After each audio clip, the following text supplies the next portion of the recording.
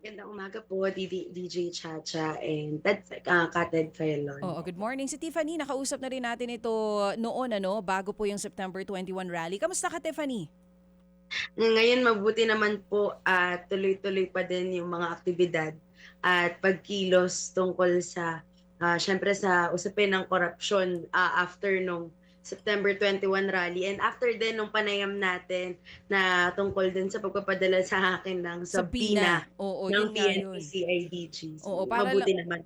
backtrack lang tayo mga kapatid. Ito nga pong si Tiffany ay isa po sa mga estudyante na napadalhan ng Sabina na may kinalaman po doon sa nangyaring gulo sa Mendiola sa Maynila.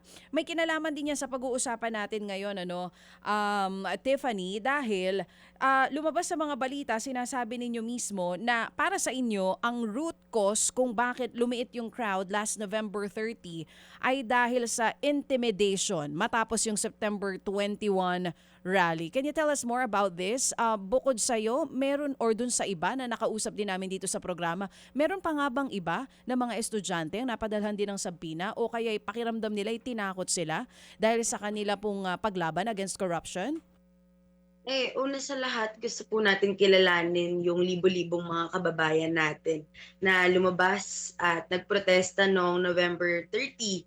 No, hindi man kasing laki noong September 21, pero napakahalaga na sa kabila ng mga pananakot, harassment, mga illegal na pag-aresto na ginawa, no, ay may mga libo-libo pa rin na hindi umatras. Ibig sabihin, no, tingin ng mamamayan ay buhay pa din at matatag yung panawagan natin para syempre sa transparency and accountability mula sa ating gobyerno. So, tingin ko, yung tunay na mahalaga ngayon, hindi lang yung laki no, sa isang araw na protesta na naganap nitong November 30, kundi yung tuloy-tuloy na pagkilos para manatiling nasa mata ng publiko yung malalang korupsyon sa bansa natin, no. Nitong mga nakaraan, yun pa din naman standing, no, na apat na mga student leaders yung pinadalhan ng sabina ng PNP-CIDG after the September 21 rally. Pero itong nakaraan nagkaroon ng development po yun actually, no, yung isa sa amin, no, si Jacob, mula rin sa PUP, yung isang campus journalist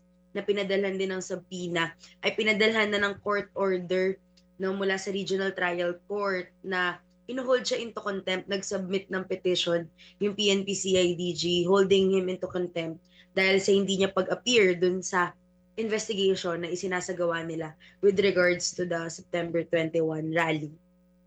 Oo, so ito yung bagong update, Mm. no? May contempt, tama, contempt order Yes dito po, sa confirmed. photojournalist nyo diyan sa PUP.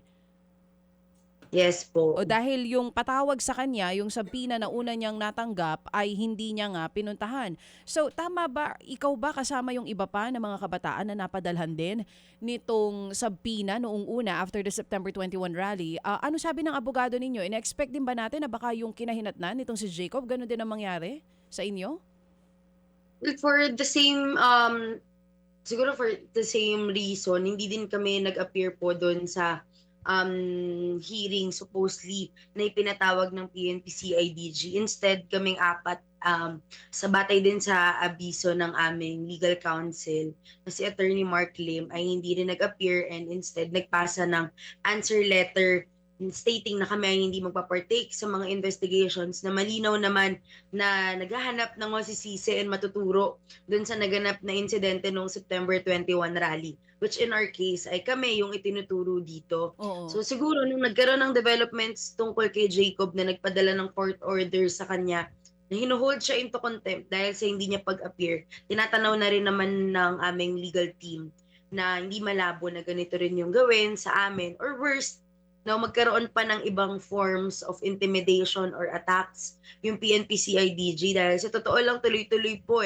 kasi last time, siguro weeks after the September 21 rally, naglabas din sila yung PNP ng isang press release na nagsampa na rin sila ng kaso sa Department of Justice sa mahigit 90 individuals na involved daw dun sa nangyaring gulo noong September 21. Hindi pa Mhm. natin alam kung ano yung detalye nito, pero tinitignan natin na posibleng ito ay bahagi ng pattern ng tuloy-tuloy na intimidation and of course silencing ng mga nagpoprotesta pagdating sa usapin ng korupsyon.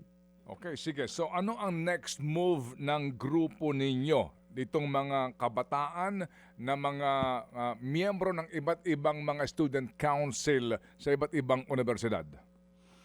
Nitong mga nakaraan po actually, nung nagdaang mga linggo nitong November, 'no, ay hindi naman din nawala yung tuloy-tuloy na pagkilos ng mga kabataan mula sa iba't ibang panig ng ating bansa. In fact, last November 17 nagkaroon ulit ng pagkilos yung mga kabataan papuntang Mendiola, sa ibang regions din, gano'n din. Nung November 21 nagkasaulit ng mga walkout yung mga schools, 'no, in Manila and across different regions in our country. So isa lang yung masasabi ng mga kabataan, 'no, lalo ngayon na wala pang napapanagot until now sa nangyayaring korupsyon, malaking skandalo ng korupsyon sa ating bansa. Magpapatuloy yung pagkilos ng mga kabataan at ng mamamayan. And in fact, 'no, hindi totoo yung binabanggit ni Yusek Claire Castro last time sa kanilang press briefing sa Malacanang na kaya raw bumababa yung bilang ng mga nagpoprotesta ay dahil nakikita ng mamamayang Pilipino na nagsisipag yung administration ni President Marcos Jr. na gawin yung trabaho niya at dapat daw bigyan ng chance yung administration na ito. Kasi nitong mga nakaraan, tuloy-tuloy yung mga protesta bilang ng mga kabataan kundi ng mamamayang Pilipino sa iba't ibang panig ng ating bansa. Salamat na marami sa iyo, Iha. At yun nga, sa palagay ko naman sa inyong edad, malabo pa ang fatigue sa inyo sa mga panahong ito. Totoo Kasi po, hindi napapagod kayo ang mga kabataan. kayo ang pag-asa. Kayo ang pag-asa ng bayan. Itong isyong ito ay para sa inyong pagtutuwid, para sa inyong henerasyon. Salamat na marami, Tiffany. Salamat po ulit. Apo, thank you. Si Tiffany Brillante. Mga kapatid, brothers and sisters, saan ka pa? Dito na tayo sa totoo. Dito na tayo sa True FM. Mga kapatid, mag-subscribe and follow po kayo sa social media accounts ng True Network PH. Yan po kami. Hanapin nyo lang True Network PH, Facebook, Instagram, YouTube, TikTok, and podcast. Mapa Apple or Spotify man yan, mahahanap nyo kami. Lahat ng mga napapanood at napapakinggan nyo po sa programa, nasa social media accounts namin yan. So, paano mga kapatid? See you sa social media!